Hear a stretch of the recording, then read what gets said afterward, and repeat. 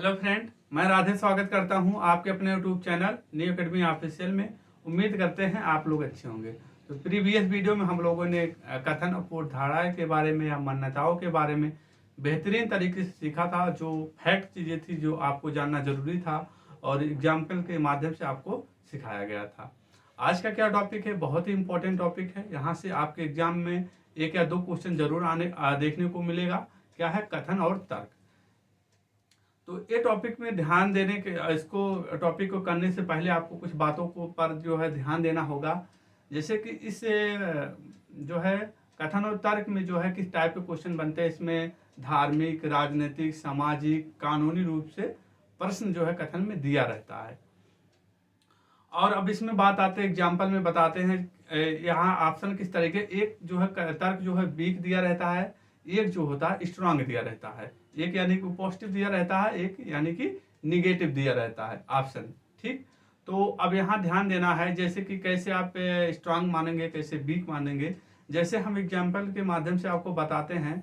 जैसे कि मेरे भाई के पास जो है 500 रुपये है, मान लो 1000 रुपये है। ठीक, या आपके पिताजी के ऊपर जो है वो कितना पैसा है, 1000 रुपये है आपके पिताजी के पास। ठीक, तो अब उनके दो बेटे हैं। कौन कौन? जैसे हमारे भाई के दो बेटे हैं, एक बेटी एक बेटा है। ठीक, तो बेटी का नाम कोमल है और बेटे का नाम क्या है, शुभ है। अब इसमें कितना रुपए था उनके पास? 1000 रुपये था। अब शुभ को क्या चाहिए? शुभ को जो है क्रिकेट किट खरीदने के लिए उनको 1000 रुपये चाहिए। उनके पिताजी के ऊपर 1000 रुपये था। अब शुभ को क्रिकेट किट खरीदने के लिए 1000 रुपये चाहिए, मांग रहा है।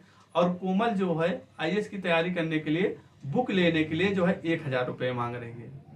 अब बताइए इसमें कौन सा स्ट्रांग है, कौन सा वीक है?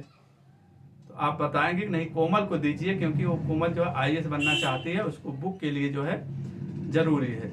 यहाँ क्या है, कब स्ट्रांग होगा कब वीक होगा, तो यहाँ आप जान गए कोमल को जरूरी है, तो कोमल जो है सही हो जाएगा। तो शुभ पटेल जो है ये गलत हो जाएंगे। ठीक, अब कब स्ट्रांग होता है आपका तर्क, कब वीक होता है, इसको ध्यान दीजिए।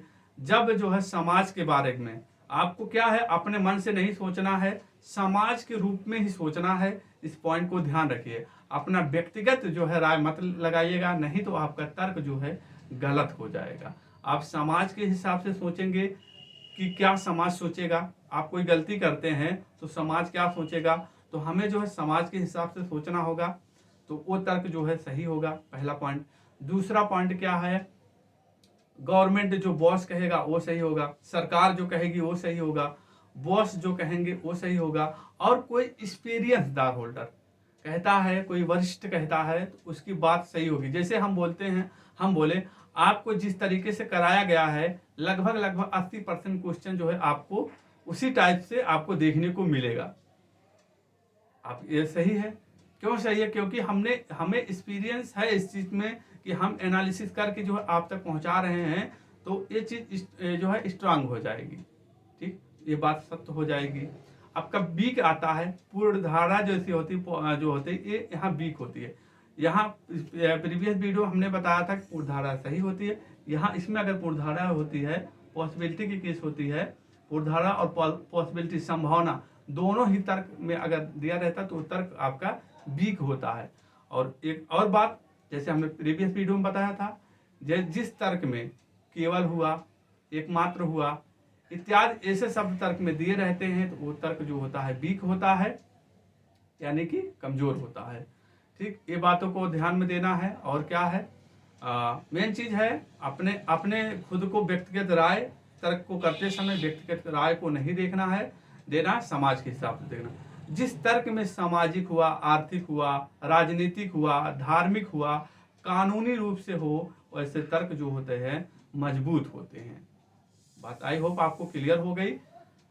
अगर समझ में नहीं आता है दोबारा समझिए, क्योंकि यही इन बातों को ध्यान में रखेंगे तो आपका तर्क करने में गलत नहीं होगा। ठीक, आई होप आपको समझ में आ गया होगा। आइए अब हम क्वेश्चन के हिसाब से करते हैं।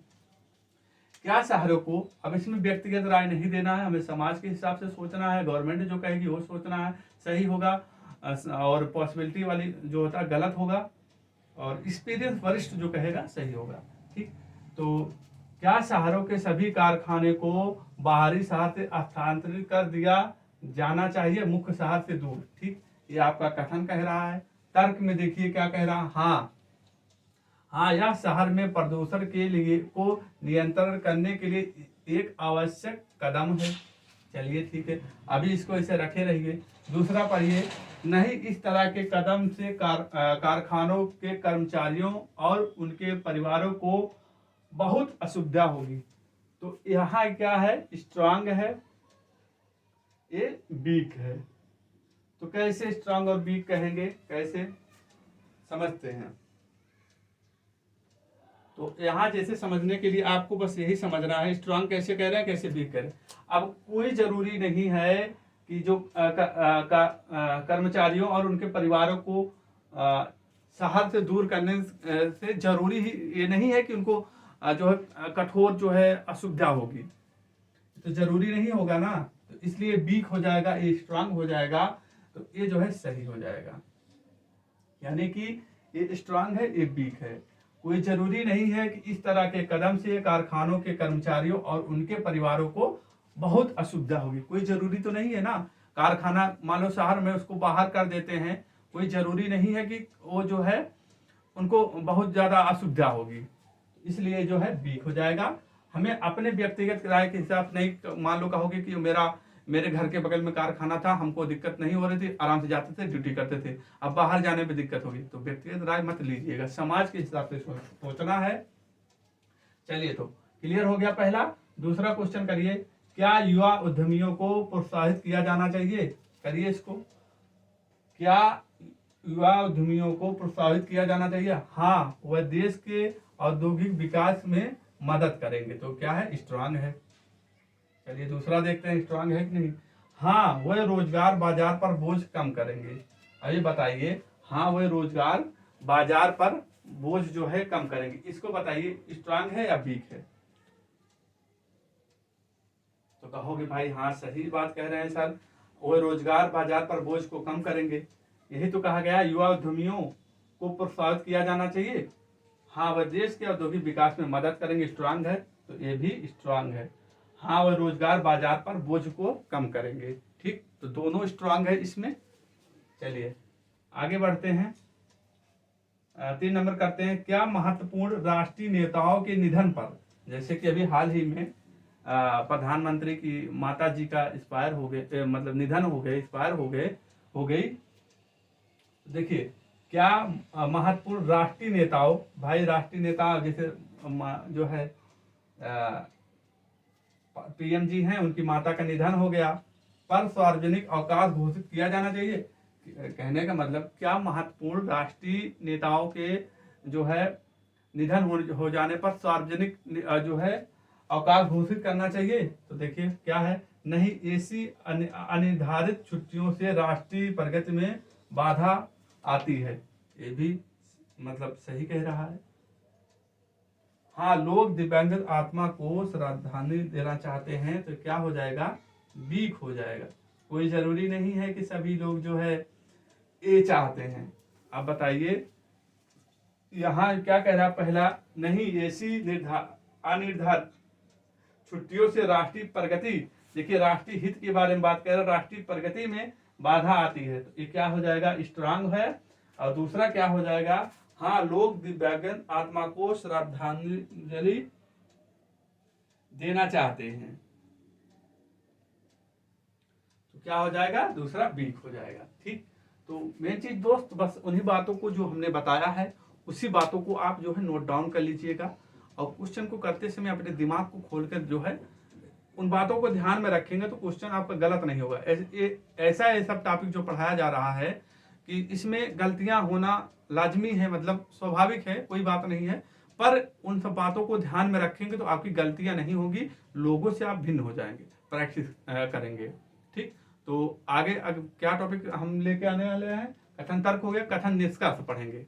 ठीक, तो उसको देखेंगे, एक बेहतरीन तरीके से जो बेसिक फैक्ट है उसको बताएंगे, और क्वेश्चन के माध्यम से जो है सिखाएंगे। क्लास कैसी लगी जरूर बताइएगा। जो मित्र नए हो चैनल को सब्सक्राइब कर लीजिएगा। मिलते हैं कल की क्लास में, तब तक के लिए अपना ख्याल रखना, अपने माता पिता का ख्याल रखना। जय हिंद, जय भारत, वंदे मातरम।